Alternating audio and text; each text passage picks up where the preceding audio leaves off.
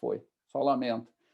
Aula do dia 1º de fevereiro de 2021, a segunda parte da aula do dia 1º, né? Estamos falando sobre mecanismo elástico. Quem não assistiu aqui perdeu uma introdução conceitual. Eu vou direto para os slides. Espero que não tenham perdido tanta coisa. Mas quem perdeu, fale com os alunos que estão aqui assistindo. Muito bem. O que eu estou fazendo aqui? Compartilhando. Estou compartilhando a tela, né? Tá. Então, aqui eu tenho o modelo massa-mola, também chamado de modelo bouncing, tá? Que eu já tentei traduzir também, modelo rebote, quicante, tem vários termos aí que se tentam usar, eu acho eles todos muito feios, tá? Então, a gente costuma usar o sistema bouncing mesmo, ou massa-mola, tá? Que tem a ver, começando lá, com o paradigma mecânico da corrida, que tem a ver com o comportamento da energia cinética e a potencial, né, andando em paralelo, versus uma energia elástica, né, e vice-versa, né, trocando energia, passando de um tipo de energia para outro, e essa estratégia de transformação de energia vai me indicar uma forma de minimização do gasto energético, né? Aqui eu tenho as duas curvas, a cinética e a potencial, muito rapidamente, aqui observando em paralelo, né? Esse aqui é uma sinalização da corrida, né, do sistema elástico. Aqui é uma figura, só de curiosidade, nem lembrava disso aqui. Esse aqui é o exemplo do squat jump na natureza, gente. É um rato australiano, rato saltador, né? É muito estudado nos modelos elásticos assim, de locomoção, junto com o canguru, né? É um outro tipo de animal que tem esse paradoxo energético. A gente já falou do canguru, conforme aumenta a velocidade, ele diminui o custo de transporte, né? Que é um paradoxo, como assim tu aumenta a velocidade? Porque eles usam melhor o sistema elástico. Nesse caso, ele está mostrando aqui um squat, né? Um ataque de uma cobra, e o rápido que é nesse squat, e depois vocês veem pelo tamanho das patas traseiras, ele é rápido também para sumir, né? Para dar no pé. Tudo isso tem questões evolutivas aí super importantes, né? A gente está vendo na figura. Então, já mostrei para vocês, né, esse paralelismo aqui da energia potencial e cinética, que quando somadas, elas vão me dar uma energia total, como a gente tinha visto lá no gráfico do professor Cavanha, era ECG, né, energia do centro de massa, ou energia externa, também às vezes é chamada. Total aqui é perigoso, tá? Porque a gente tem que lembrar que ainda temos todo o trabalho interno, tá? Então seria total externo, mas mostra isso, que quando somados vai mostrar uma grande variação de energia, que seria contra uma tensão da mola, uma energia aplicada por essa mola teórica que a gente tem no organismo de modo geral. Tá? Conceitualmente, aqui a gente tem um modelo deformável. Na caminhada, o modelo era rígido, um modelo de pêndulo invertido, onde minha perna seria rígida ao longo da trajetória. Durante o contato, teria essa varredura aqui, porque a perna é rígida, né? Simplificando a questão. Na corrida, aqui, o modelo aceita que eu tenho um sistema complacente, um sistema que se deforma, mas que também armazena energia, né? Então, aqui está mostrando, tipo um pogobol seria, né? Então, ele se deformando, armazenando e reutilizando energia, né? E as trocas de energia estão simplificadas aqui. Energias do centro de massa, cinética e potencial, versus energia elástica. Tá? Que acontece na corrida, no trote e em saltos. Tá? Isso aqui seria o fluxo de energia mecânica, né, dos modelos. Tá? Aqui outra figura, a gente já viu na caminhada, então, as oposições de fase e a curva resultante, uma curva suavizada, digamos assim, porque elas estão em oposição de fase, eu faço o somatório ponto a ponto delas, me dá suavizado. Na corrida, eu tenho uma grande variação de energia. Né? Eu tenho aqui a fase de frenagem, trabalho negativo, e aqui trabalho positivo. Né? Já vimos isso, eu vou passar um pouquinho mais rápido. Agora eu vou começar a modelar para vocês o sistema massa-mola em relação à corrida. Tá? Eu tenho aqui duas curvas. A superior é a curva de força vertical, força de reação do solo vertical. É aquela curva que a gente obtém quando o cara corre sobre uma plataforma de força. né? E aí eu vou ter os dados de forças de reação do solo e a componente vertical. É uma típica curva de corrida, com o primeiro pico, o cara correndo, né, bem com a técnica calcanhar, digamos assim. O primeiro pico, né, o passivo, e aqui o pico ativo, que a gente chama também. É uma típica curva de corrida. E aqui eu tenho a curva da minha trajetória do centro de massa, trajetória vertical. Então, seria uma posição do centro de massa ponto a ponto. Quando eu estou em contato, meu centro de massa faz esse comportamento. Eu desço a altura até a metade do contato e depois me elevo aqui, né? Como acontece em saltos contra movimento, coisas assim. Na corrida acontece assim. E aí eu vou ter a trajetória inferior do centro de massa e a trajetória superior, quando tem relação com a fase aérea, entre um passo e outro, né? Básico, ok? O que acontece, pessoal? Cavanha começou a perceber, primeiro, claro, eles estudaram o modelo massa-mola, simplificando o corpo todo com o sistema massa-mola. Então, eles aceitavam que o sistema seria ideal, seria mais próximo do ideal e como esses parâmetros gerais se comportariam. Mas, desde o início, o Blickenham já mostra, nos primeiros artigos, que o sistema não é uma simplificação da realidade. Por exemplo, a altura do centro de massa com que eu chego ao solo no primeiro toque do pé no solo, é diferente da altura do centro de massa em que eu tiro o pé do solo, né? Então, contato e despregue, né? No modelo massa-mola, as alturas deveriam ser exatamente iguais, mas não é. A gente sabe que a gente toca o pé no solo, com o joelho um pouco mais flexionado, e depois vai tirar esse pé do solo um pouquinho mais estendido, né? Isso aqui tem razões físicas e tal, que a gente vai ver aqui. E o Cavanha vai, ao invés de, ele vai olhar o meio do copo cheio disso. Ele vai dizer o seguinte: ok, o sistema não é ideal e eu vou estudar exatamente o quanto ele não é ideal. E essas assimetrias vão ser importantes para entender o massa-mola, entender esse mecanismo também. Então, aí vai vir um segundo grupo de variáveis. Os primeiros vão ser do comportamento do sistema massa-mola de forma geral e depois dessas assimetrias contato-despregue, que a gente vai ver depois. Tá? Então, vamos começar com a do sistema massa-mola de modo geral. O que acontece? Num sistema massa-mola, a massa oscila em torno da mola a uma dada frequência e em torno de um ponto de equilíbrio. O ponto de equilíbrio é quando essa massa está sobre a mola em repouso. Seria a nossa força-peso, algo semelhante a isso, a uma força-peso. E essa mola oscila em torno desse ponto de equilíbrio, que seria a massa em repouso sobre a mola, e aí comprimida um pouco. Esse seria o ponto de equilíbrio do sistema. Deixa eu ver aqui se... Eu não sei se vocês enxergam as figurinhas aqui ou não, mas eu vou mostrar já o parâmetro aqui, já direto. Eu já falei um pouquinho de... Deixa eu ver se... Tá, não, é aqui. Aqui.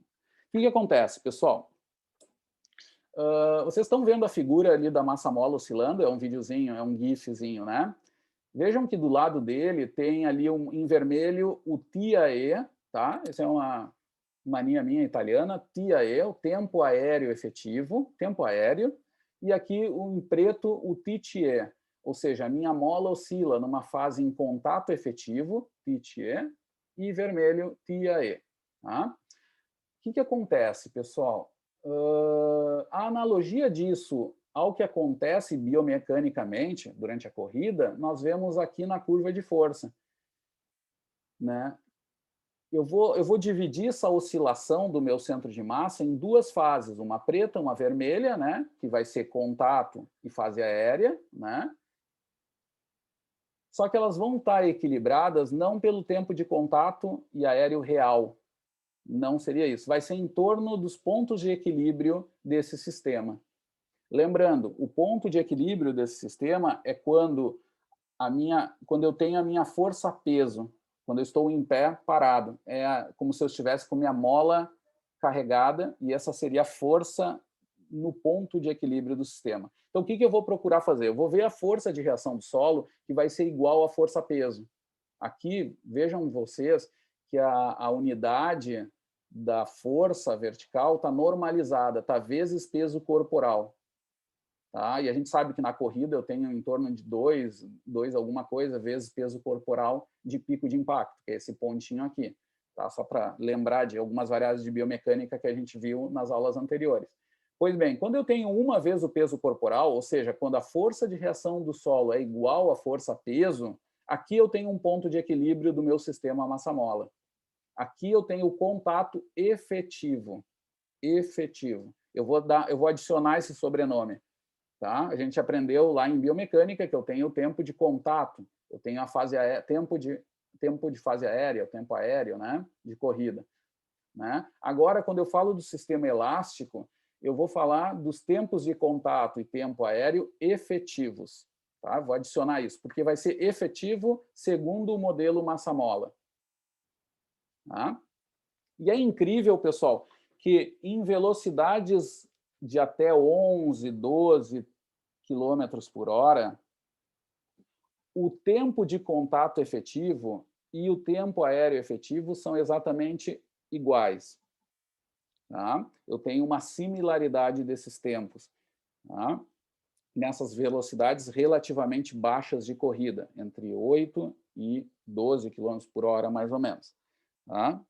Vai ser um pouco dependente da idade, esse fator ali. Depois de 12 km por hora, o que acontece? O tempo aéreo efetivo começa a aumentar. E aí eu tenho uma assimetria do meu sistema massa-mola.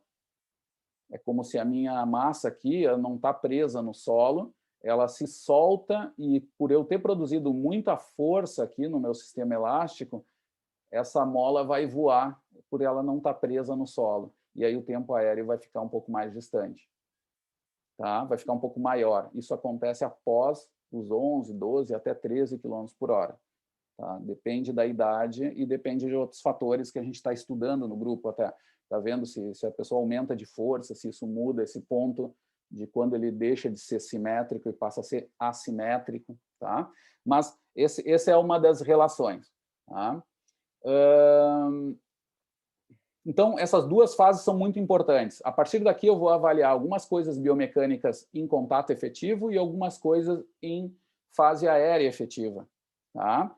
Aqui eu estou vendo o tempo, né? A linha aqui do tempo, que são exatamente iguais em velocidades baixas até intermediárias, até 12 km por hora, mais ou menos. Tá? Entenderam essa analogia? Vejam que o que acontece. O modelo massa-mola ele se aproxima mais do corpo humano. Vamos falar ao contrário. O meu corpo humano em corrida vai se aproximar mais de um modelo massa-mola quando eu estou em contato, porque eu estou comprimindo a mola e reutilizando ela. O problema é que nós não estamos presos no solo. Nós não temos um chiclete grudado, nos grudando no solo aqui, como tem o modelo teórico geralmente colocado. E aqui que eu escapo um pouco do modelo, né? Porque quando eu estou em a fase aérea efetiva, eu não estou preso no solo. Então, se eu aplicar muita força aqui, eu acabo ganhando muito tempo aéreo efetivo. Tá? Isso aqui serve para equilibrar os momentos lineares, que a gente chama. Tá? Isso aqui é para equilibrar as forças gerais do movimento. Tá? Professor, posso fazer uma pergunta? Claro, claro. Isso implica dizer que quando tem essa simetria, assim, eu estou mais econômico, de certa forma? Não, olha, essa simetria, ela mostra um ajuste corporal para essa situação de corrida com relativas baixas forças. Relativas porque eu estou falando de velocidades baixas, de 8 a 12, tá? Quando eu aplico mais forças contra o solo, o sistema, essa simetria vai pelos ares, né? Eu me torno assimétrico. Só que o que acontece? Quando eu me torno assimétrico, eu sou mais elástico. Eu uso mais minhas propriedades viscoelásticas. Então, o que eu ia te dizer? Sim, de certa forma, até 11, 12 km por hora, ter essa simetria é um sinal de efetividade do modelo massa-mola, tá? Mas não quer dizer que eu estou usando, assim, da melhor forma possível que eu poderia o meu sistema elástico de forma geral. Eu sei que em velocidades maiores eu uso melhor ainda. Mas sim, é verdade que para aquelas velocidades é a melhor coisa que eu posso fazer. É isso. Tem razão, tá? Mas só tem que lembrar que depois, o que acontece? O ponto em que o TTA e o TAE se tornam assimétricos, a velocidade que se torna isso, que a gente já sabe que é dependente da idade, por exemplo, tá? Por exemplo, em jovens é em torno de 11 km por hora. Até 20 e poucos anos é 11. Quando eu pego adultos até 40 anos, desculpa, ao contrário. Peraí, deixa eu lembrar. Agora me deu um branco. Com adultos mais velhos, até 14, é 13 km por hora esse ponto de equilíbrio. Tá? E idosos, eles até que 17 km por hora, eles correm de modo simétrico nesses tempos. E aí correr a 15, 16 km por hora de forma simétrica não é bom. O idoso faz isso porque não tem força, porque perdeu algumas capacidades elásticas, tá? Que depois nós vamos ver. Mas tua pergunta estava nisso, até 12 km por hora, sim. É um sinal de uma otimização de energia elástica, embora a gente sabe que não é a melhor, né? Tem outras em outras velocidades que é melhor do que isso. Sim, sim. Não, tranquilo, professor. Valeu. Não sei se eu te fiz explicar. Sim, é verdade para isso, se é o normal, é o correto, mas a nossa teoria até, agora falando de treino, tá? Que tem pouco estudo, é só nós e mais um grupo no mundo que está estudando isso em base do modelo elástico mais completo. O que a gente está esperando é que talvez esse ponto de equilíbrio ali de 11, 12, 13 quilômetros possa ser modificado em caras mais treinados. Por exemplo, a gente espera que velocistas possam usar mais elasticidade em situações de velocidade máxima. A gente espera isso. Tá? Tem que se confirmar ainda, tem alguns estudos que mostram, outros não, mostram esses aspectos. Se isso for verdade, a gente esperaria que eles se tornassem mais assimétricos em velocidades menores. Isso poderia ser uma sinalização de um uso de uma energia elástica em velocidades um pouco menores já. Poderia ser uma adaptação, a gente não sabe, vai testar isso, vai ver. Né? A gente já tem algum quadro, tem um estudo do Rodrigo que mostra nesse sentido, que já tem um padrão nesse sentido. Né? Sim, sim, o meu projeto é nessa linha, né? Inclusive. Isso. Para ver se. Mas eu sabia, o que eu quero ver é se realmente vai ter uma relação de economia e se vai modificar essa velocidade. Assim, eu só fiquei na dúvida se ela deveria, vamos dizer assim, ser a mais eficiente, se tornar assimétrica, né? Numa velocidade mais baixa, ou se ela deveria se tornar simétrica numa velocidade mais alta. Não, olha, aí é hipótese, tá? E um pouquinho de especulação. A gente esperaria que sim, que se tornasse assimétrica um pouquinho antes. Um pouquinho antes, tá? Os estudos com o efeito da idade estão mostrando isso, né? Mas não tem treino ali no meio, né? Simplesmente pegaram caras destreinados, botaram a correr e tem uma bela de uma variação desse ponto de equilíbrio. Então a gente acha que o treino possa modificar também nisso. Poderia ser um papel meio indutor, como da questão de combater o envelhecimento, alguma coisa assim, como a gente sabe sobre força, né? A gente sabe que a força cai, mas quando tu treina a força, tu ganha força, né? Então tu reduz esse problema aí da sarcopenia geral e tal. A gente pensa que possa ter algo assim parecido com os treinos também com corrida, né? Perfeito, perfeito. Bom, pessoal, então mostrei para vocês essa primeira assimetria do sistema massa-mola, ou simetria do sistema massa-mola, tá? Agora eu vou mostrar a principal assimetria contato-despregue, que é aquele segundo grupo de variáveis, tá? Que vão explicar mais em detalhe aspectos mais ligados, seriam detalhes menores, assim, não do sistema como um todo, mas de certas fases. A principal, já para explicar para vocês, a principal assimetria contato-despregue é do tempo, o push e break, né? Tempo de trabalho positivo e negativo. Aí eu estou falando de uma fase menor, eu estou falando só do tempo de contato efetivo, onde eu tenho aqui uma variação de energia negativa no início e depois positiva. Tudo acontecendo aqui no contato efetivo. Lembrem que é uma coisa muito rápida, são 150 milissegundos, onde meu músculo, melhor, minha unidade músculo-tendão alonga e encurta. Tá? Produz trabalho negativo, que seria o T-break, né? Um tempo de trabalho negativo, e um tempo de trabalho positivo, que seria a segunda metade.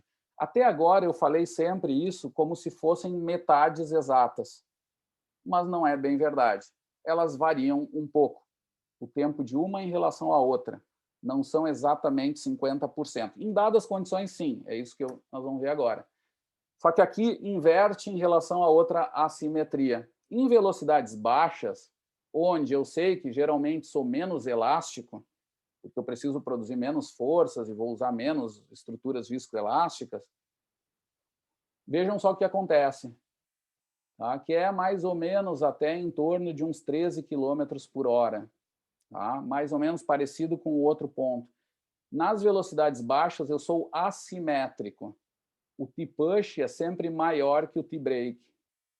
O tempo de trabalho positivo, push, né, propulsão, é maior que o tempo de trabalho negativo, do que a fase de frenagem. Tá? Bom, pessoal, vamos explicar primeiro essa primeira metade, ou seja, velocidades baixas, moderadas de corrida, né?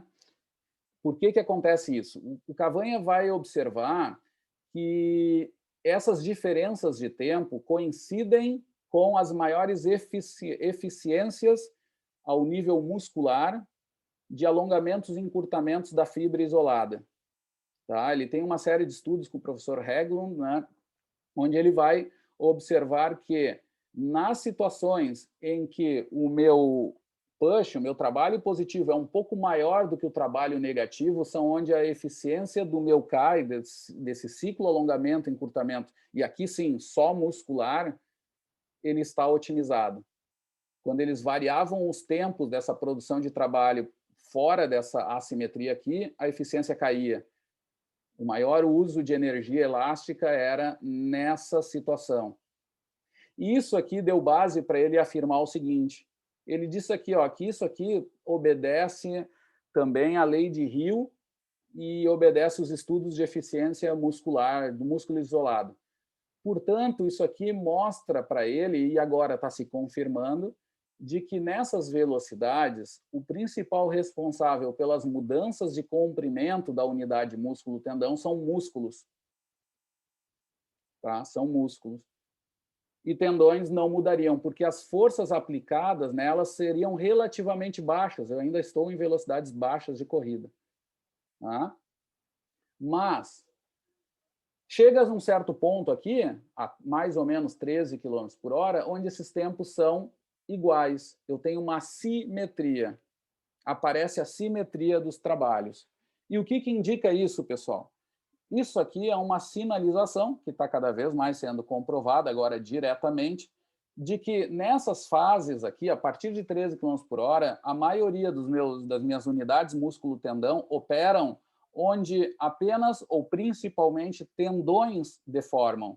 Aí muda, não é mais músculos que deformam, são tendões. E músculos, se não se deformam, eles estão agindo isometricamente. Aí entra aquele raciocínio que a gente falou lá da corrida. Tá? E tem um certo sentido. Tá? Eu vou fazer um exemplo aqui que o professor Cavanha me fez, era parecido, não era todo assim, vou fazer mais simplificado, mas é que ele fez no meu primeiro dia de laboratório de trabalho mesmo, depois que deu as boas-vindas, que é o seguinte, pessoal, para entender isso aqui. Ele dizia o seguinte, ó, pessoal, eu vou baixar aqui um pouquinho mais, o exemplo era, ele dizia de um movimento desse movimento na Itália, não sei se vocês sabem o que significa isso aqui, na Itália. Não é coisa boa, tá? Ele me dizia assim, então também passo para vocês, não é coisa boa. Mas, bom, ele colocava aqui uma situação que era a seguinte, não era exatamente isso, mas ele só fazia de brincadeira, que era o seguinte: vamos colocar uma condição em que eu tenho uma unidade músculo-tendão operando como meu flexor do cotovelo, tá? Flexor do cotovelo, aqui, tá? Eu vou simplificar meu modelo. Eu tenho apenas um músculo aliado a um tendão aqui, e quando alonga faz a extensão do cotovelo, né? Quando flexiona aqui, faz um encurtamento dessa unidade músculo-tendão. Tá? E eu vou ter só 2 compartimentos. Eu sei que geralmente eu tenho o tendão para os 2 lados, mas aqui nós vamos simplificar. Vou ter um compartimento tendinoso e ligado em série um muscular. Tá? E cada um deles aqui juntando em origem e inserção e vai me dar essa situação. Vai ser meu motor primário aqui de flexão. Tá? Esse é o problema cinesiológico. Qual era o exemplo dele? Ele começava o seguinte, ó, todos os exemplos vão começar sempre nessa posição inicial e terminando nessa posição final, completamente estendido. Tá? Então, começo aqui, termino aqui. Ou seja, essa unidade músculo-tendão está fazendo que movimento aqui, gente? Está fazendo uma extensão do cotovelo. E o motor primário seria meus flexores. Tá? Eles estão fazendo se fosse apenas músculos, a gente teria certeza que seria uma excêntrica. Músculo, tá? Posição inicial, posição final, tá? O exemplo que ele dava primeiro era o seguinte: vamos imaginar que essa musculatura está completamente relaxada e o motor primário desse movimento, que vai ser sempre inicial, final, né, daqui para cá, vai ser dado pelo meu outro braço, vai ser uma força externa, tá? Que vai botar meu antebraço lá para baixo. A unidade músculo-tendão aqui está completamente relaxada.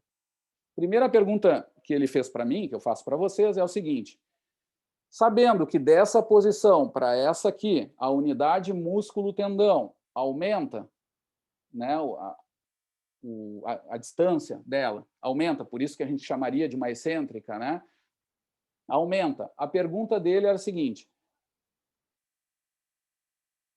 quem responde principalmente por esse movimento? É músculo ou tendão ou os dois nessa situação? A gente tem certeza que a origem e inserção aumentaram a distância, mas está completamente relaxado. O motor que gera esse movimento é um motor externo, que a gente não precisa saber que músculo é. A gente só tem que saber que é externo, não é advindo daqui. Pergunta que eu faço para vocês é: quem é? Bom, guardem a resposta que vocês tiveram, tá?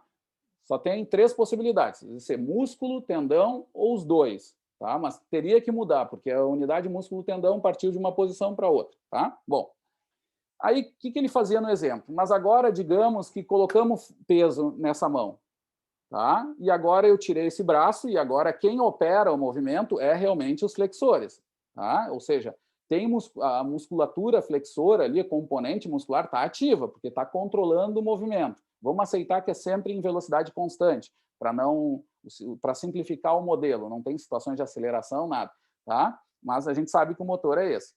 Nessa situação, de novo, minha unidade músculo-tendão, tenho certeza que ela está alongando. Ela partiu de um ponto, foi ao outro, isso não mudou. Agora, a pergunta é: quem está respondendo por esse alongamento? É só músculo? É principalmente músculo? É principalmente tendão? Ou são os dois?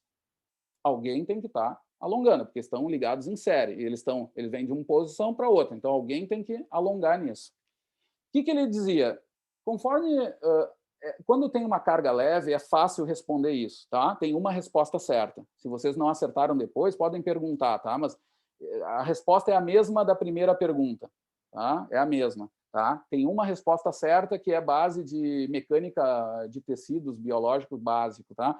Bom, o que acontece? A coisa fica complicada quando eu boto muita carga em cima. Agora eu vou ir para um extremo. Eu vou adicionando carga e vou fazendo os exemplos. Vamos saltar para um outro extremo. Vamos dizer que eu estou com muita carga. Eu estou próximo da máxima que eu posso sustentar nesse exercício, tá? Que é uma excêntrica, então eu tenho um potencial de produção de força bem grande, posso botar muita força, tá? Boto lá e alongo, sempre em situação constante, tá? E alongo isso com muita força atuando. Em situações máximas ou próximas delas, o principal responsável pela mudança de comprimento muda. A dica que eu dou é essa, é que muda, não é mais aquele, é outro, tá? Bom, quem era o responsável no início, quem era agora no final? Vamos lá. No início, eram músculos em velocidade baixa, ou quando a musculatura está totalmente relaxada, quem alonga nessa condição é músculo. Tendão não muda de comprimento, tá? Nessas situações de sem carga ou baixíssima carga, músculos responderiam. Tá? Mas ainda não cheguei na questão central. Tá? Eu já estou respondendo parte dela, mas depois nós vamos para o que interessa. Quando eu tenho a carga muito alta, e geralmente acontece situações mais rápidas também, mas nós estamos controlando velocidade, então não dá para botar velocidade nisso, tá? Mas em cargas muito altas, os tendões vão entrar no jogo. Os tendões vão alongar e muitas vezes os músculos não vão mudar de posição. Tá? Isso é análise de tecido, mecânica muscular e mecânica de tendão. Agora a pergunta que eu faço é o porquê, que é o que nos interessa, que vai ter relação com esses fatores aqui também. Qual é a variável que explica a mudança dos papéis, que eu aqui simplifiquei, que seria predominantemente de músculos alongando, né, nos primeiros exemplos, e lá no último seria tendão. Qual a variável que vai mostrar objetivamente essa alteração de papéis? Aí vocês podem abrir o microfone e chutar aí, quem quiser responder, o que vier aí. Ou responder mesmo, correto, sei lá.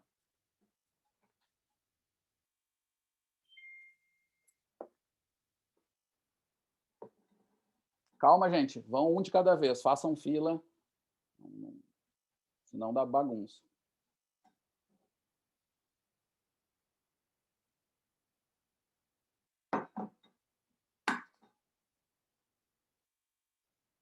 Quando ninguém responde, sobra para o mestrando, né? Ah, é. O Henrique está dizendo que não.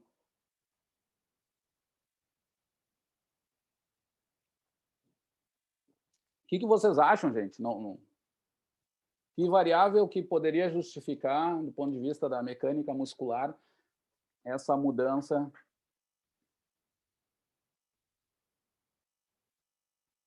Eu vou dar uma dica. Tem uma história que a gente sempre conta, assim, quando tem problema de grupo, etc., que a corda arrebenta sempre na parte mais fraca, né?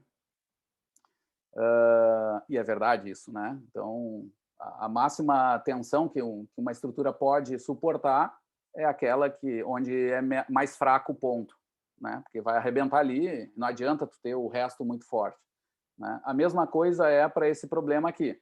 Quando tu começa a aplica uma tensão naquela unidade músculo-tendão, tu transmite ela em série, a mesma tensão, para músculo e para tendões. Eles podem ter até volumes diferentes, então a tensão específica possa ser diferente, mas de forma geral, a tensão geral, independente do tamanho, é igual. Eu transmito nelas todas. O que acontece é que vai deformar mais no ponto onde está mais fraco. Só que eu não vou falar em termos de fraco, né? Porque isso não é um termo da mecânica de tecidos, né?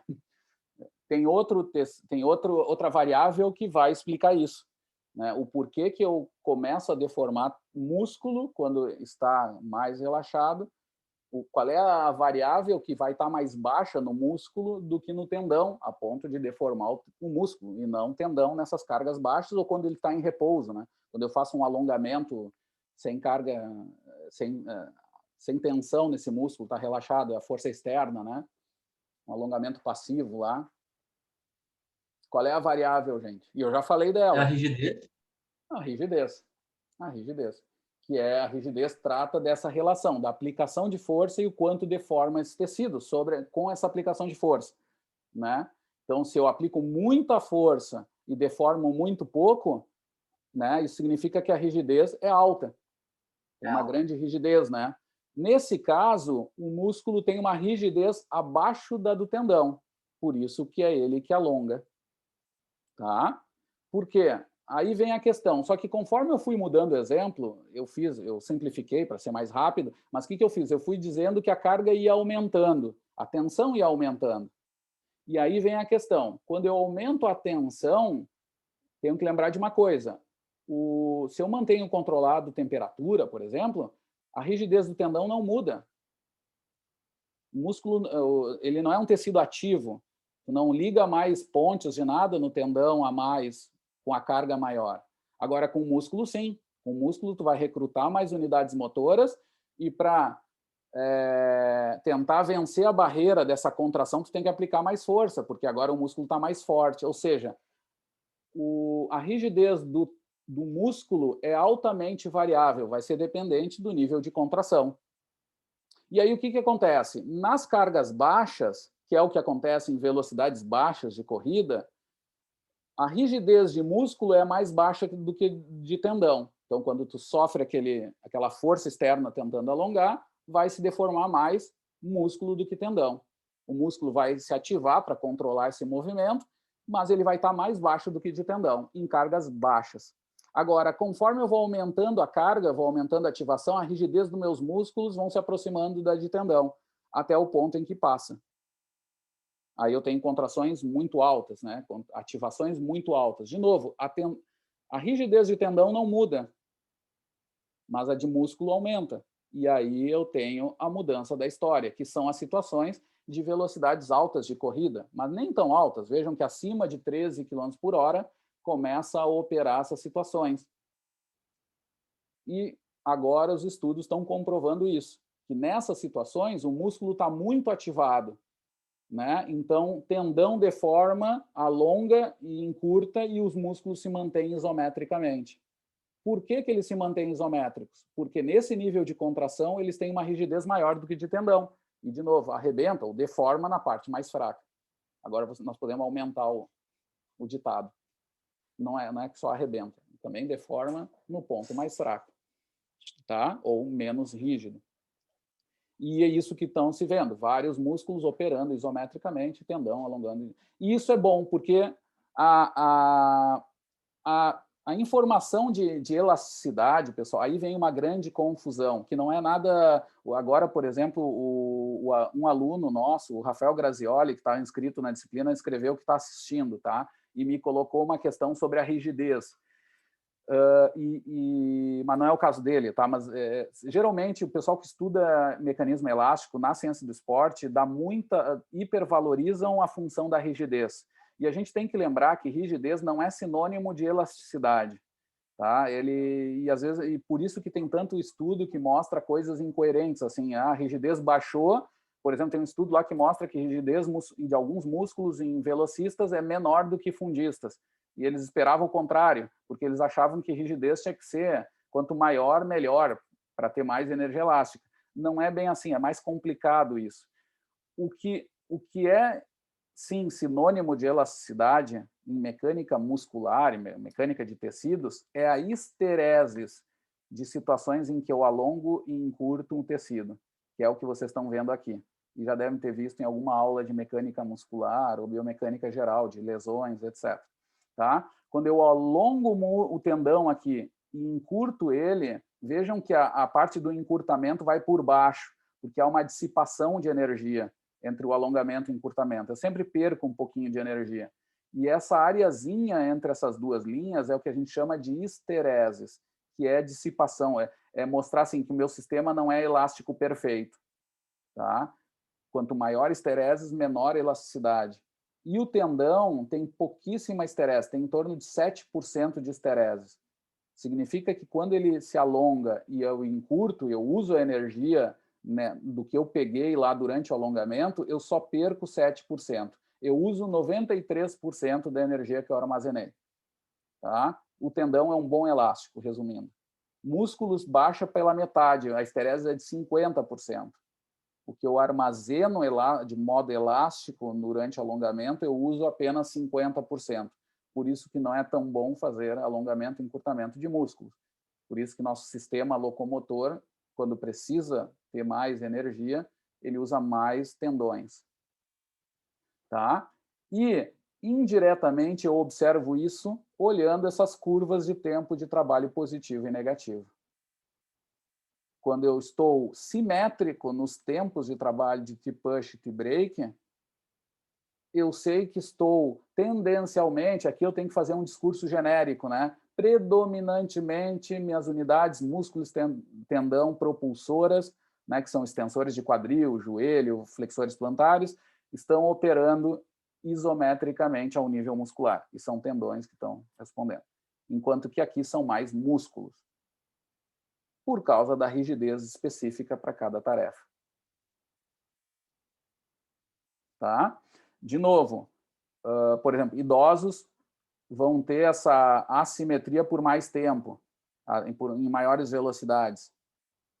Né? Eles vão ser mais assimétricos, isso vai indicar que eles vão usar mais músculos e menos tendões. O idoso vai acabar sendo muito menos elástico.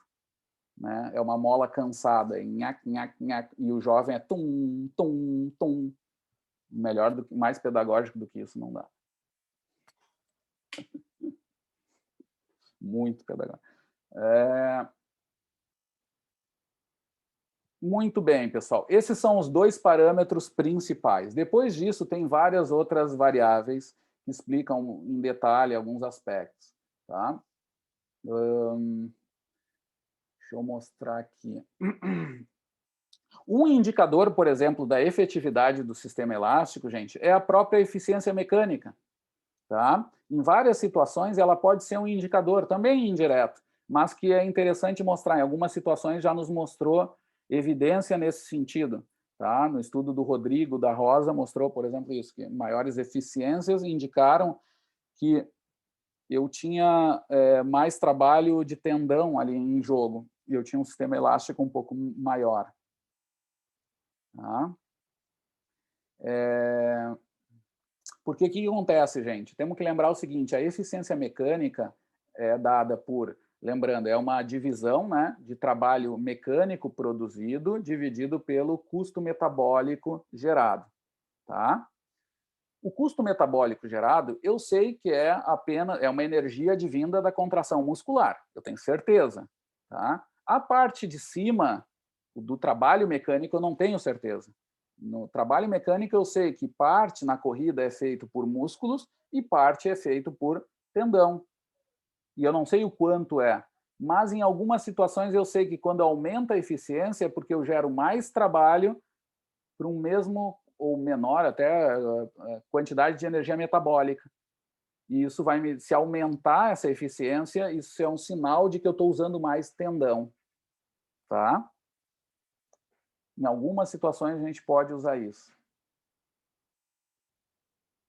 Aqui está a explicação do modelo, né, que a gente já fez. Aqui uma simplificação de várias formas, né?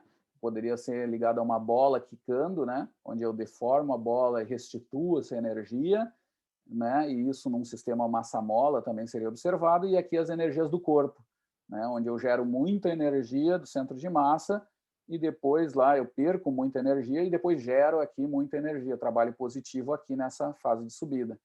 Aqui eu tenho pontilhado, não sei se dá para enxergar, mas tem uma energia elástica aqui que é simplificada. É difícil a gente saber o que é, mas seria em oposição, seria de fase a esse trabalho externo.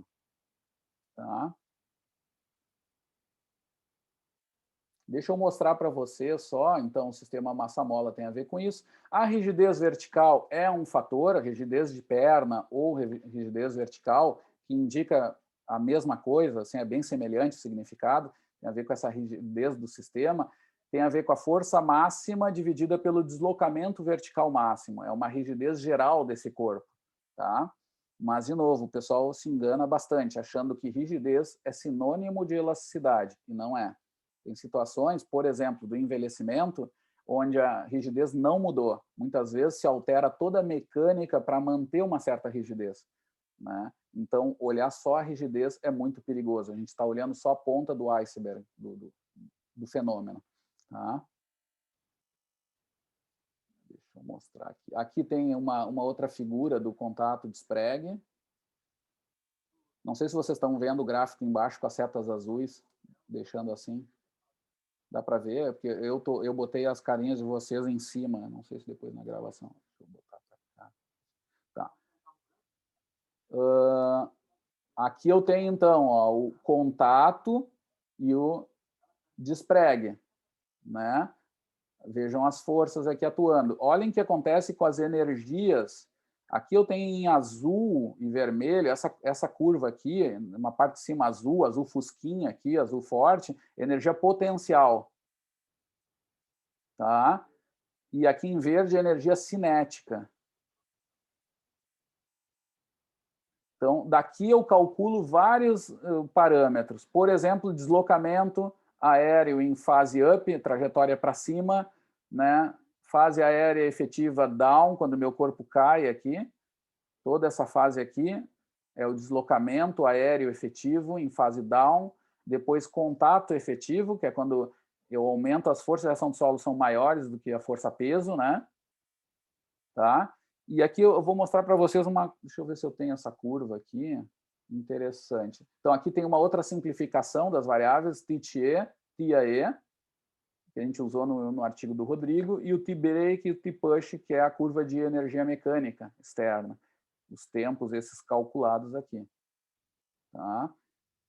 No estudo do Rodrigo, agora aplicando já para corredores, tá? Para o caso de corrida de distância, a gente avaliou corredores que eram recreacionais, assim, não dava para chamar de altamente treinados, tá? Onde fizeram a prova de 3.000, e a gente observou o seguinte: corredores com melhor desempenho nesse grupo, tá? Tem que cuidar que é limitado a esse grupo. Quem tinha melhor desempenho em relação ao grupo com menor desempenho gerou mais trabalho total, por causa do trabalho externo, especialmente, não tanto do trabalho interno. O trabalho interno foram semelhantes. Foi devido ao trabalho externo, e esse trabalho externo foi devido principalmente ao trabalho vertical. Corredores com melhor desempenho oscilavam mais verticalmente. Tinham mais comprimento de passada, portanto, oscilavam mais, né? Mais verticalmente. O trabalho horizontal foi semelhante. O que mudou foi esse trabalho vertical, que coisa que a gente já tinha visto no mestrado lá do Marcos, né? Nos estudos que o Léo Ribas também nos ajudou ao longo do tempo e tal. A gente observou também que a oscilação vertical era um marcador importante naquele grupo, que era um pouco diferente. Aqueles eram caras mais treinados, não altíssimo, mas já era nível regional já de atletismo, né? Corredores de 10.000, e aí mostrou também uma certa coincidência com esses valores aqui, tá? Com esse padrão aqui, mostrando que parece que essa oscilação vertical ela parece muito importante, inclusive sobre o sistema elástico e sobre a economia, tá? Esse grupo que oscilou mais eram mais econômicos, tá? Aqui a gente vê a variação era principalmente pelo trabalho vertical, tá? Agora tem outro dado que chama atenção. Agora não tem a ver com o sistema elástico, tá? Aqui eu faço parênteses só para mostrar esse estudo, mas o trabalho interno não foi diferente. Lembrando, o trabalho interno tem a ver com variação de energia dos segmentos em relação ao centro de massa, tá? Tem a ver com essa energia que eu gero para movimentar meus braços e pernas, tá? Que é a maior parte da origem disso. À frente para trás, né? Bom, aqui o trabalho interno não mudou, mas o trabalho de perna e o trabalho de braço calculado em separado mostraram contradições. Uma coisa compensou a outra, que é interessante de falar, tá? Os caras mais treinados, desculpa, com melhor desempenho, corredores com melhor desempenho, geraram mais trabalho de perna, tinham maior comprimento de passada, maior oscilação vertical, geraram mais trabalho de perna, o W-int aqui, leg, tá? A diferença é muito pequena, mas foi significativa. E, por outro lado, foi o contrário sobre braço. Os corredores mais treinados, esses que tinham mais trabalho interno de perna, tinham menos trabalho interno de braço, possivelmente devido a menor oscilação e um movimento mais controlado de braço, que é uma coisa que os treinadores também sabem, que corredores de melhor nível começam a operar movimentando melhor os braços. Não é que seja uma regra 100%, mas tem muitos corredores que têm mais controle de tronco e membro superior conforme vão se desenvolvendo, né, nas provas de atletismo. Tá? Aqui, nesse grupo, foi bem significativa essa diferença. E foi contrastante. Quando a gente somou o trabalho total, não deu diferença. O trabalho interno foi igual. Mas as partes mostram, sim, certos tipos de adaptação que são interessantes de olhar. Tá? Mais perna, menos braço. Tá? A gente até está tentando ver se estuda se isso é só uma coincidência ou se tem um significado maior. Fazer uma espécie de um índice assim, técnico desses caras também no futuro. A gente quer ver. A outra coisa importante, pessoal, no sistema massa-mola, vou voltar um pouquinho, é que a frequência do sistema, ou frequência ressonante do sistema, tem a ver especialmente sobre o TTE, sobre esse tempo aqui. Porque é nele em que o sistema está mais próximo do sistema ideal. É quando minha mola está sendo deformada. Quando ela está na parte aérea efetiva, meu modelo foge da realidade, porque eu não estou preso no solo. Então, quando eu calculo a frequência do sistema massa-mola, o que eu faço? Tenho que lembrar que qualquer frequência é sempre igual ao inverso do período. Então, o que eu faço? Eu coloco 1 sobre 2 vezes o TTE. Eu duplico esse tempo de contato efetivo e vou assumir que a frequência ressonante do sistema massa-mola é o dobro desse tempo aqui, desconsiderando esse tempo aéreo efetivo, porque ele não se aproxima conceitualmente do modelo. Tá? Então, se faz isso. E aí se calcula a frequência do sistema massa-mola. E aqui nos corredores mostrou uma diferença interessante. Quando eu analiso a frequência de passo, a real, aquela que é número de passos por minuto ou por segundo, no caso aqui é por segundo, tá? Mas sempre a mesma raciocínio, aqui mostrou o seguinte, que a frequência de passo foi maior nos caras com menor desempenho.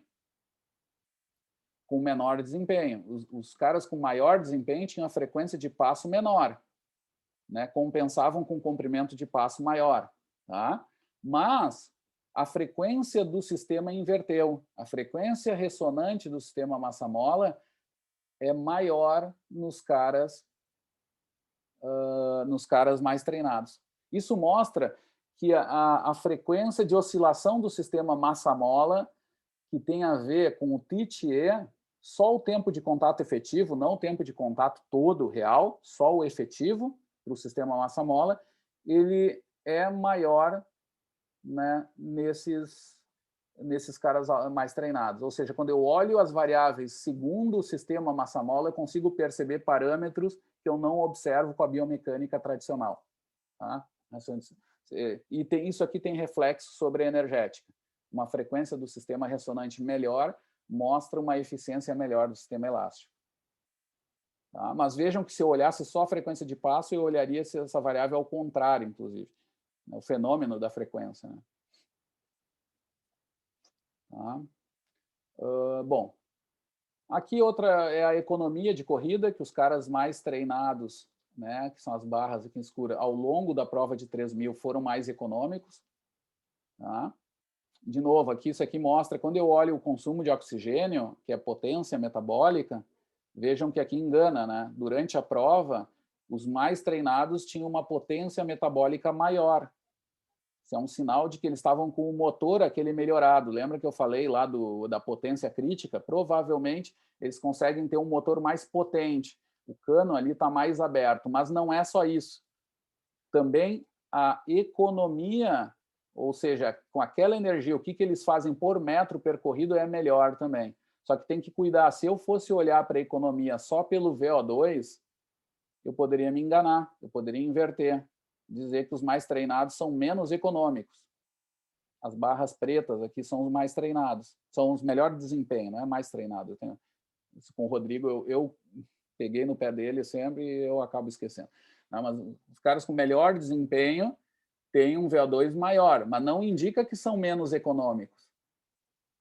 Quando eu olho, ao invés da unidade do tempo, eu passo para metro percorrido, o raciocínio inverte.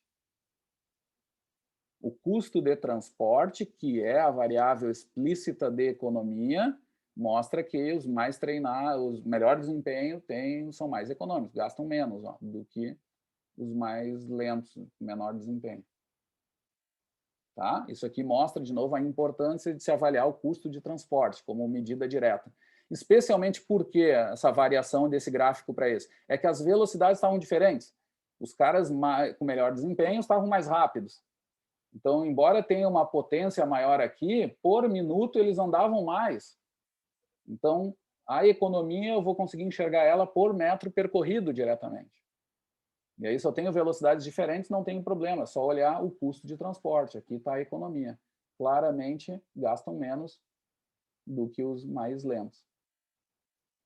Tem uma melhor economia. E também por causa do sistema elástico melhorado. Tá? A gente conseguiu ver isso também. Mostrei alguns parâmetros ali que mostrou isso. Tá? Principalmente no TIAE, né, em relação ao TTE. O TIAE deles foi melhor, eram mais altos. Dos Professor? mais rápidos. Né? Diga. Posso incomodar mais um pouco? Claro, cara. Sim. Não sei por que ia te interessar. Quando tu falou ali na frequência de passada, foi do teste de esteira, né? Que vocês avaliaram isso. Né? Tá. E uma coisa assim que eu não acho que está faltando assim no meu projeto, pelo menos eu gostaria de conseguir encaixar, era como avaliar essas variáveis ou alguma coisa que representa essas variáveis. Né? Eu vou tentar com os saltos, né? Desempenho de salto contra movimento e relação com salto agachado, que eu acho difícil, que talvez se manifeste alguma coisa. Mas e se pegasse a frequência de passada no teste de 3.000 e de repente fizesse algum tipo de corte, assim, tipo a cada 1.000 metros, e ver se tem alguma alteração, eu penso que quem tem mais desempenho, assim, vai conseguir manter uma frequência passada menor do que os que têm menor desempenho, né? E ainda que essa frequência do pessoal que tem menor desempenho pode aumentar ao longo do teste 3.000. Porque, vamos dizer assim, o mecanismo massa-mola é menor, então ele não consegue aproveitar tanto, ele tem que aumentar a frequência de passada para conseguir se manter a uma mesma velocidade, vamos dizer assim. Sim. Não, tem sentido, né? Um grupo mais extremo que foi do idoso apareceu isso, né? Aqui também apareceu essa frequência, só que aqui, não sei se tu notou, o problema da análise na prova, coisa que a gente evitou, é que na prova tem o efeito da velocidade, né? Que com o custo, a parte energética a gente resolveu, a gente mediu por metro percorrido e resolveu o problema da economia durante a prova, que é muito bom, né? Porque é válido, né? Direto na prova. Só que o problema da mecânica é que ela não tem como tu normalizar esses efeitos de velocidade. Tu vai estar sempre, os caras vão estar aumentando e se eles melhorarem o desempenho, é possível que aumente a frequência. E aí tu não sabe se tu vai comparar as duas respostas, seja pré, pós ou grupo controle experimental, o que for, onde tenham velocidades diferentes, tu nunca vai ter certeza se as diferenças foram por causa de algum fator do treino ou foi porque eles simplesmente correram mais rápido.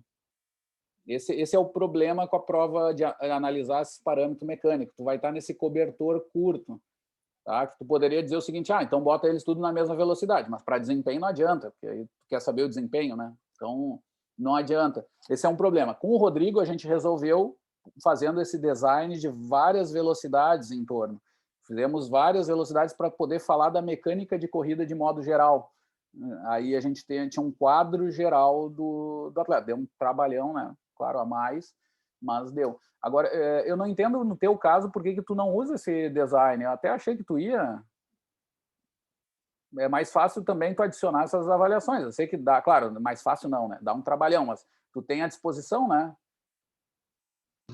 Não, com certeza, mas eu quero fazer assim do projeto uma coisa que eu consiga levar para a prática, né? E assim, uma análise de tempo de contato efetivo, tempo aéreo efetivo, eu não consigo fazer no dia a dia, né?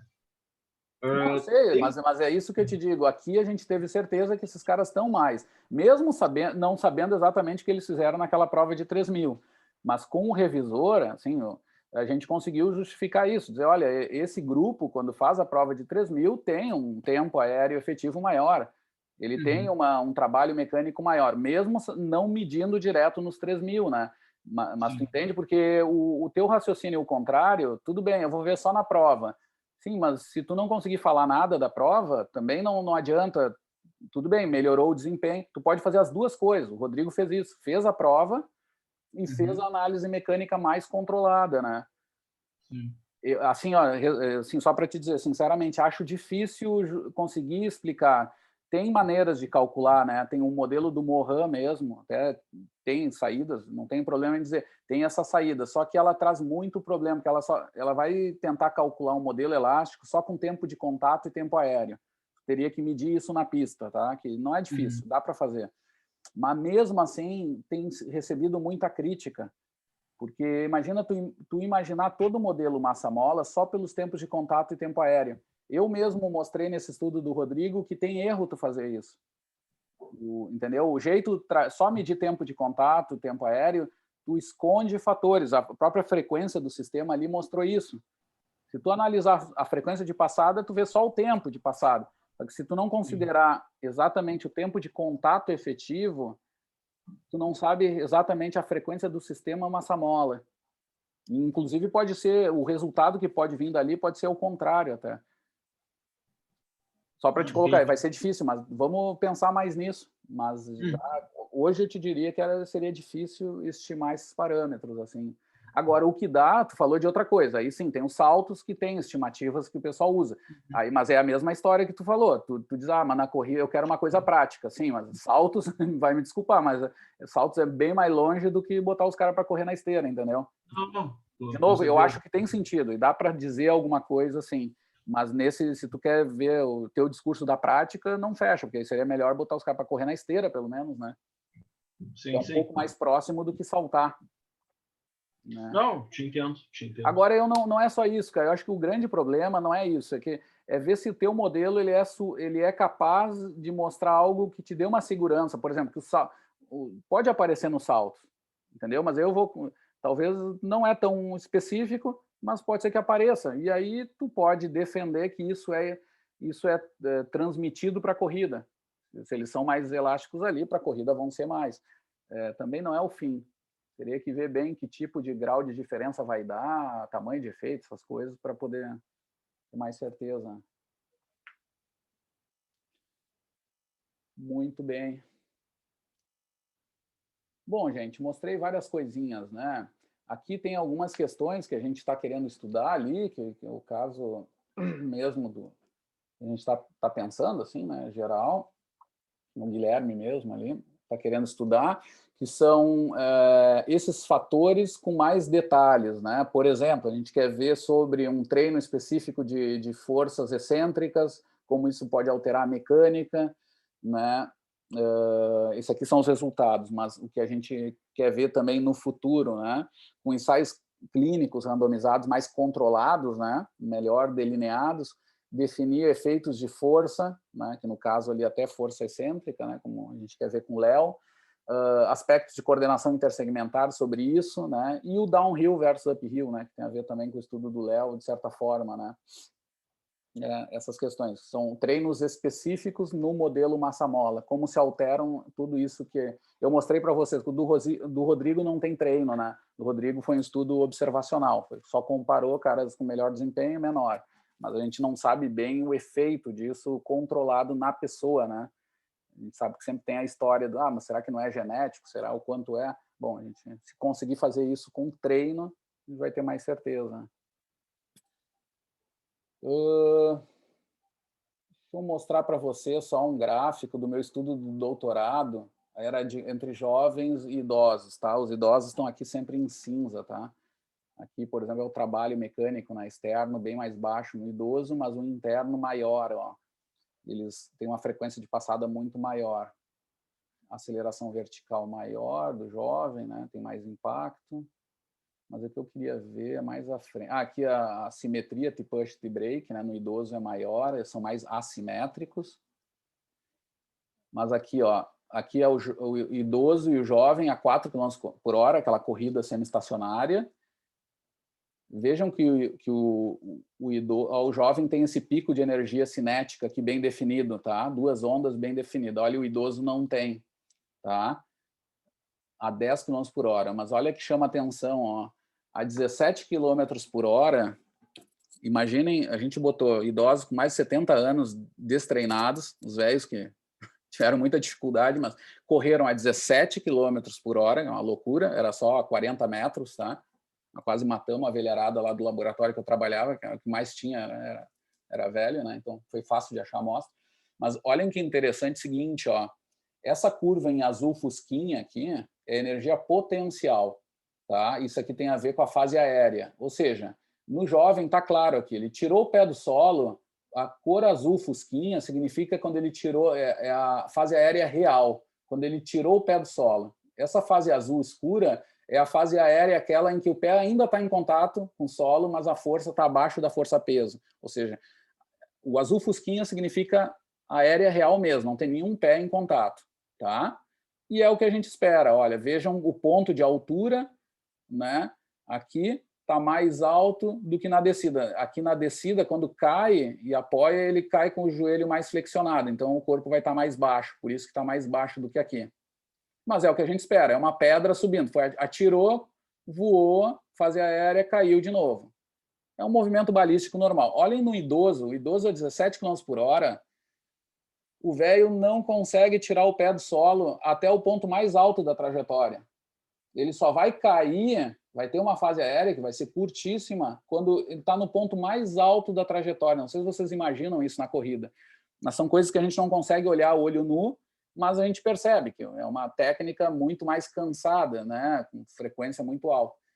E eles só caem, só tem fase aérea na queda, só na fase descendente. Eles só se deixam cair aqui, que é o que dá. Eles não conseguem tirar o pé do solo até antes do ponto mais alto da trajetória, até o ponto da trajetória aqui mais alto.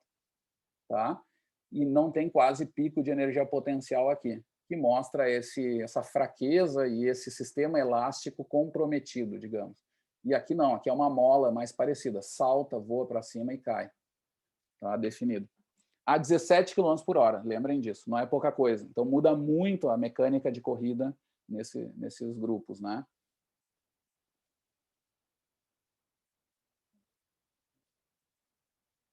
Eu nunca falo desse alfa-beta, agora eu poderia falar, porque tem a ver com aqueles tempos lá de atraso que a gente vê na corrida também, como o Wagner perguntou. Dá para ver na corrida também.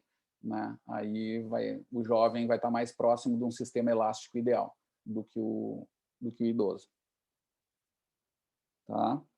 E, bom, gente, aqui eu tenho mais métodos. Tem a rigidez de perna, por exemplo, que se mede ao invés da vertical, que se analisa o comprimento de perna também. Tem a rigidez articular, que pode se medir através de momentos articulares, mas aí se usa a dinâmica inversa, um pouquinho mais complicada, e os achados nem sempre são tão claros assim sobre isso, por causa do grau de erro que tem nessas medições. Né? Aqui tem mais detalhes sobre o CALEG, né? Essa rigidez de perna, que é muito usado na ciência do esporte, mas que tem um sentido bem parecido com a rigidez vertical. Tá?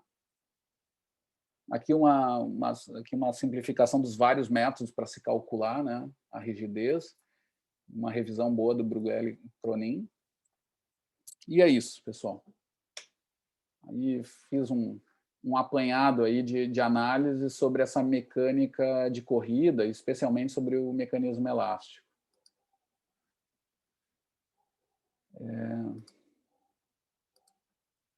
Dúvidas? Tranquilo?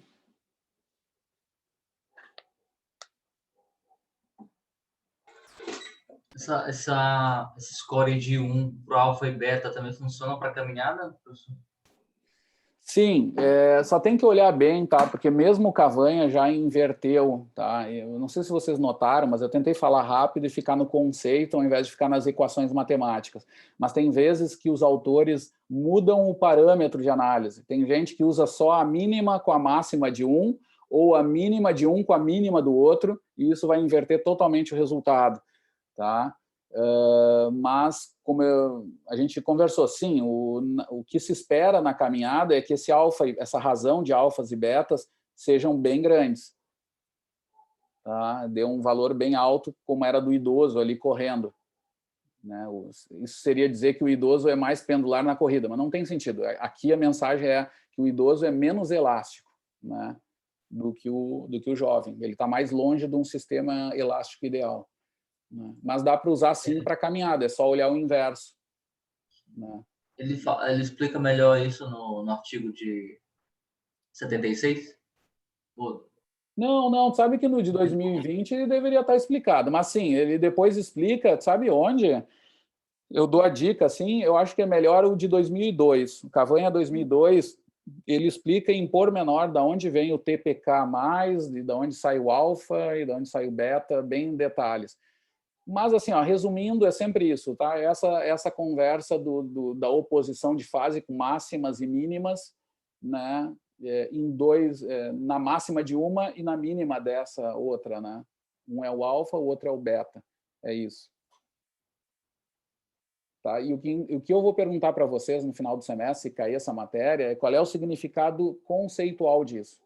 É dizer que a máxima da cinética está mais alinhada com a mínima da potencial. Talvez vocês me digam o exemplo não assim, talvez seja é a mínima da cinética com a máxima da potencial. Tudo bem, eu não vou me preocupar com esse detalhe, eu só quero que vocês me expliquem que tem esse sentido temporal de máximas e mínimas, esse alinhamento de máximas e mínimas. Você tem que me mostrar isso, assim, esse conhecimento nesse aspecto, né? Isso aí já me serve. Claro, se souber mais, melhor, né? Que a gente vai brincando. Na prova oral, até eu já vou preparando vocês. Eu vou perguntando vocês até onde vocês sabem. Eu vou testando. Aí, quando eu vejo que não sabe mais, não, tá bom, até aqui, ou às vezes não tá bom, né? Deveria ter ido mais. Mas a ideia é essa, que às vezes o aluno fica nervoso e não deve ficar, tá? É conversar sobre a matéria até onde vocês viram, mas o que vocês podem fazer é estudar o máximo possível, entender o máximo possível. Mas não se preocupem, tá? Ô, Léo, Diga. é uma perguntinha que eu já tinha feito para um outro professor. Eu estava lendo esses tempos sobre o ciclo de alongamento CAI, né? Alongamento e encurtamento, e um autor colocou sobre ciclo excêntrico-concêntrico. Existe alguma diferença aí? Tu vê nisso? Não, tem um jeito mais moderno. Tem um monte de jeito de nomear, e esse daí tem, por exemplo, tem um estudo do AB, vou dar um caso, eu acho que eu não sei se eu já falei em aula, mas onde assim, ó, ali tem um exemplo de free ride, né? O passe livre, tá? O que eles fizeram, os japoneses? Eles botaram cargas muito leves nos caras correndo, mas eram cargas de 4% da massa corporal, era bem baixo, 4%, que fica estranho até de onde que eles tiraram 4%. Acho que eles testaram antes e viram o que dava. E o que eles viram? Que adicionando 4% da massa corporal, o gasto energético ficava igual, o custo de transporte ficava igual. E aí eles foram ver se não era um mecanismo elástico que estava funcionando mais. Estava um pouco melhor com isso, a ponto de não elevar o gasto de energia. Mesmo o raciocínio das africanas. Mesma coisa, só que com carga bem leve ali. Tal. E aí ele foi avaliar isso pela quantidade de ativação de excêntrica e concêntrica. O que se espera é que, na situação mais elástica, tu tenha uma ativação excêntrica maior. Tá? E essa relação excêntrica-concêntrica maior. Essa é uma das formas. Eu não sei qual que tu viu aí, se era exatamente assim, mas tem esse jeito. Mas assim, ó, esse jeito é super criticado. Até tu vai se achar pouco trabalho com isso, e ele reflete pouca coisa sobre energia elástica mesmo. Porque tem uma grande confusão do pessoal da neuromuscular, isso começa desde os estudos do Come para cá, que é o pessoal confundir o mecanismo com o efeito principal, que é o caso do que o Guilherme quer dizer, estava falando aqui. A gente quer saber, com a energia elástica, quem é mais saltitante, quem é mais canguru, vamos colocar assim. Tá? O cara que é mais canguru vai ser melhor, ele vai gastar menos energia para vencer distâncias e vai ter menor custo de transporte. É isso que nos interessa, porque isso está ligado a desempenho. Tá? Isso é o principal. Aí o pessoal começou a observar, que o Come faz nos anos 70, ele começa a observar os parâmetros de ativação, ele começa a verificar fatores neuromusculares que afetam o modelo, e realmente afetam, tem padrões, a pré-ativação, potencializa e tal, só que o pessoal começou a inverter, dizer que o ciclo alongamento e encurtamento é ver ativação. Não é bem assim. A ativação é a forma de controle do mecanismo, mas o mecanismo em si, final, é energia elástica. O modelo elástico é energia elástica, né? É o quanto tu consegue armazenar e utilizar em última análise, né? Quanto mais tu fizer isso, melhor tu é. O canguru é melhor do que outros animais, do que o cervo. O cervo é melhor do que alguns felinos. O felino é melhor do que os cachorros e assim vai, até chegar a tartaruga, que é a pior coisa menos elástica que tem na comparação. É isso que serve, tá? É esse o raciocínio que a gente tem que usar na corrida. Tá? Mas dá para usar como uma estimativa, tá? Eu só diria que tem que ter bastante cuidado, assim. Tem que ter bastante cuidado. Certo, obrigado. Eu fiquei mais ou menos o que eu imaginava, mas agora ficou um pouquinho mais claro. E ali sobre o Guilherme, não sei, eu não sei exatamente qual é o trabalho ali que tu está pensando, mas quando tu fala em uma questão mais de cadência de passo, seria que tu está tentando colocar na prática isso? O trabalho em si é o efeito de 2 modelos de treino pliométrico para corredores. A minha ideia é ver se isso vai afetar o desempenho e essas variáveis biomecânicas, a gente tem um contato efetivo, tempo aéreo. Mas eu fico pensando de uma maneira que eu posso ter me interpretado mal ali antes, né? Mas de trazer um teste que seja mais parecido para saber se essas variáveis, né, tem uma correlação, uma coisa do tipo. E seria a capacidade de manter esse sistema elástico. Eu, inclusive, lembro que tinha um teste, ou ao menos eu ouvi falar isso, nunca achei isso artigo, né? mas eram 7 tiros de 400 metros, e o que tu analisava era justamente a frequência de passada. Tu tentava fazer o atleta cumprir um mesmo determinado tempo.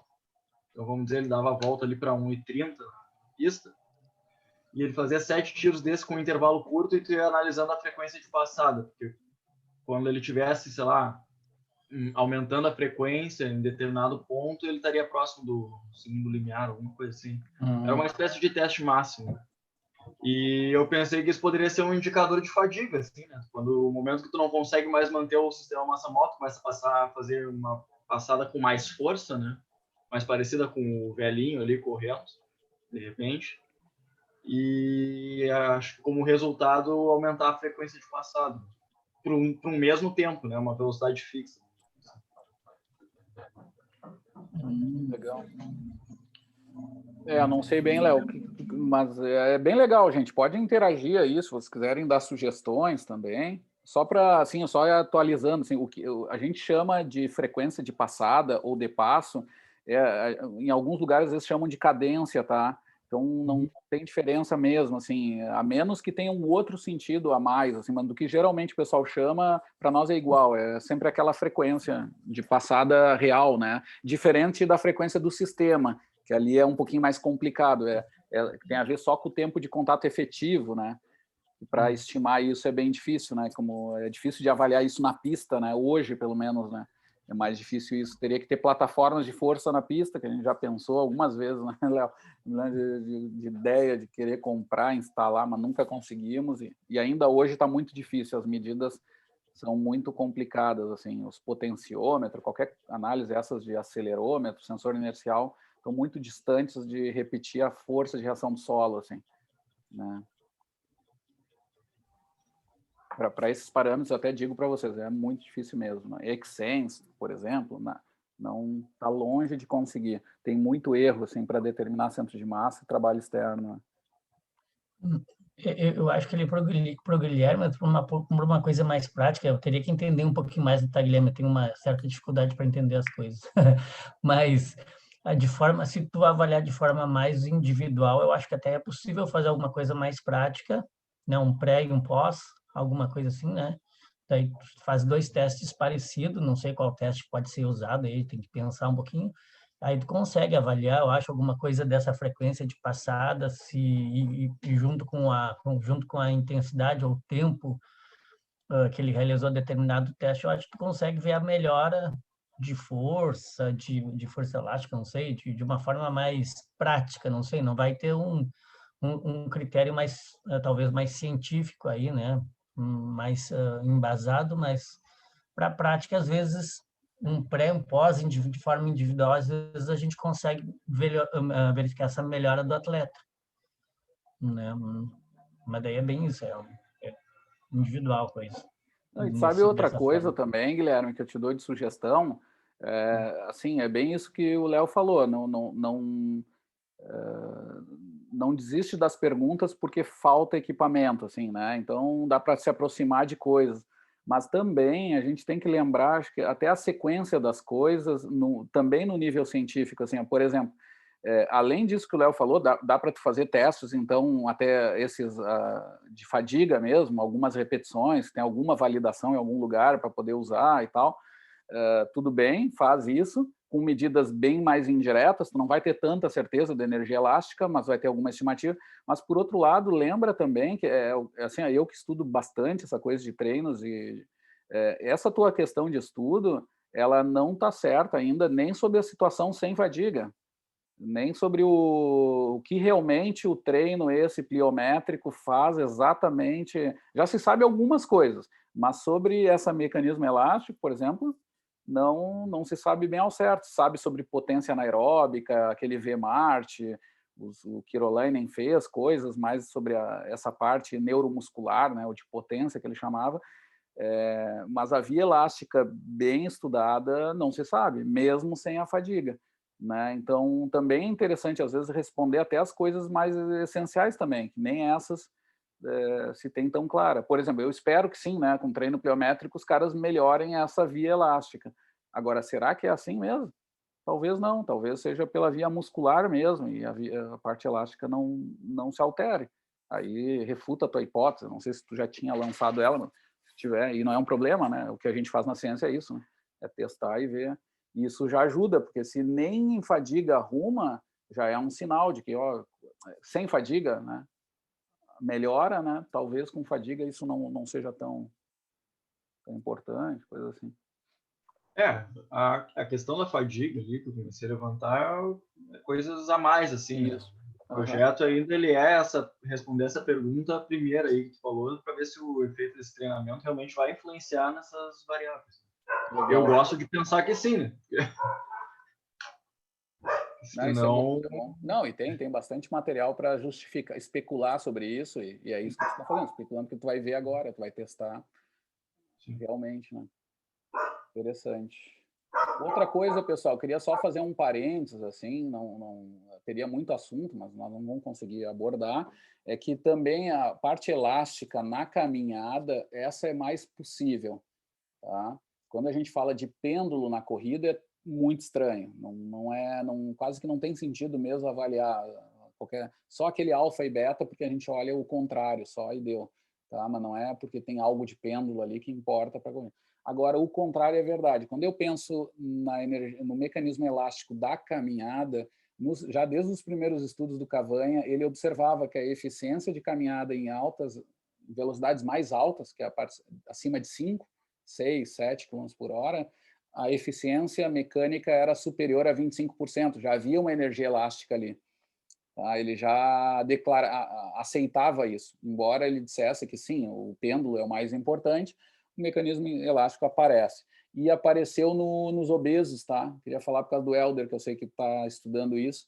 O grupo do professor Malatesta, Davide Malatesta, da Suíça, ele observou num dos últimos estudos dele um provável energia elástica otimizada e algo pendular. Agora tem que lembrar bem, mas tem alguns fatores assim bem específicos, se for seguir os últimos estudos dele, que mostram que é possível que essas condições de uma obesidade bem grande e tal tem algum ajuste que acabe atenuando parte do problema. Não é que resolve nada, né? Mas que atenua um pouco o gasto, esse aumento de gasto energético por causa do tamanho esse exagerado, né, da obesidade mórbida, por exemplo. Tá? Tem já uns modelos aí que ele fez e até estimativa de modelo elástico na caminhada, assim, para estimar. O que se diz é que ali estaria atuando, Ishikawa vai ver isso, que é um estudante do professor Komi, que é um modelo da catapulta, que é a unidade músculo-tendão na caminhada em altas velocidades se utiliza de uma catapulta, que seria ao contrário do que acontece na corrida, né? Seria ter a fase excêntrica, a fase de frenagem lenta, né? Teria lenta e a fase essa de propulsão rápida, como se fosse uma catapulta. Tu prepara lentamente e aí tu larga o negócio e acelera. Isso poderia estar acontecendo na caminhada. Né? Esse é o modelo conceitual que explica essa condição, embora não seja a principal, mas pode explicar talvez velocidades mais altas. Né? Lembra sempre que isso é secundário, tem que lembrar isso. O principal é o pendular ainda. Tu lembra, professor, como é que ele fez essa tentativa da análise em relação à energia elástica em obesos? Não lembro. Do Malatesta eu até li, eu já dei mais de um parecer até para os artigos dele, vou confiar isso para vocês, mas não lembro exatamente. Mas não vou chutar aqui. Ele pega alguns parâmetros, tá? E não é difícil de fazer, e aí ele estima essa energia elástica pelos parâmetros biomecânicos gerais, assim. Mas não é usando os modelos clássicos, esses que eu mostrei hoje. Tem que ver bem ali o que é. Tem que ver. Não, talvez seja até. Não lembro, tá, Helder? Fico te devendo essa, mas não tem problema até de eu te passar, tá? Em algum momento esse artigo e até te ajudar para entender e tal. Tenho quase certeza que eu dei parecer, se não foi esse, foi de outros, assim. Ele tem publicado sobre obeso, não muito, porque ele não é um cara super, mas tem uns 5, 6 trabalhos, tudo de impacto, assim, com obeso e adolescente também, adulto, e até esse da obesidade mórbida, que acho que te interessa mais, nos últimos anos, que pode te interessar, lembra? Eu vou dar uma olhada e também trago na próxima aula Beleza. Tá. as dúvidas. Pessoal, vou parar a gravação aqui.